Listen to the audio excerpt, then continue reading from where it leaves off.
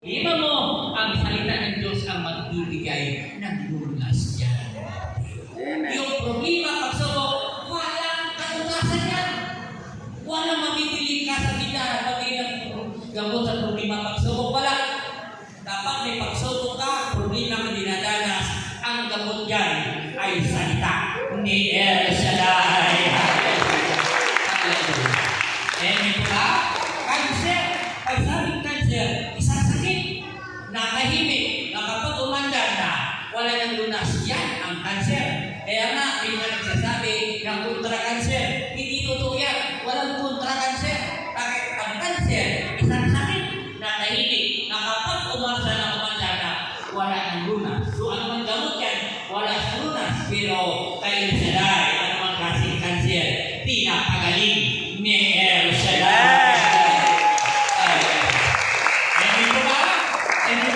Yung nervyos, wala rin gamot yan. Punta ka ng hospital, hindi ka makatulog, natatakot ka, wala gamot yan. Pagpunta ka ng doktor, suman ka, makatulog ka, pag-isip mo, takot ka na naman. Pero kapag sa Diyos ka, makinig ka na ng salita, ay maniwala ka. Ang lahat ng takot, mawawala yan. Bakit? Ang sabi dito sa binasa natin sa Hebro, ang salita ng Diyos ay tumatagos yan sa pinakaibuturan ng buto at puso ng tao. Ano man ang binabalak mo, ang nag-iisip mo, takot man yan, pag-amat man yan, palalakasin ka ni El Shaddai. Amen ba? Amen ba? Yan si Mrs. Nung sa ruwas ako dito sa Manila, ang sakit niyan, patos atay, hindi sa mga kayo, sumusuka na hihilo, masakit na kanyang tiyan.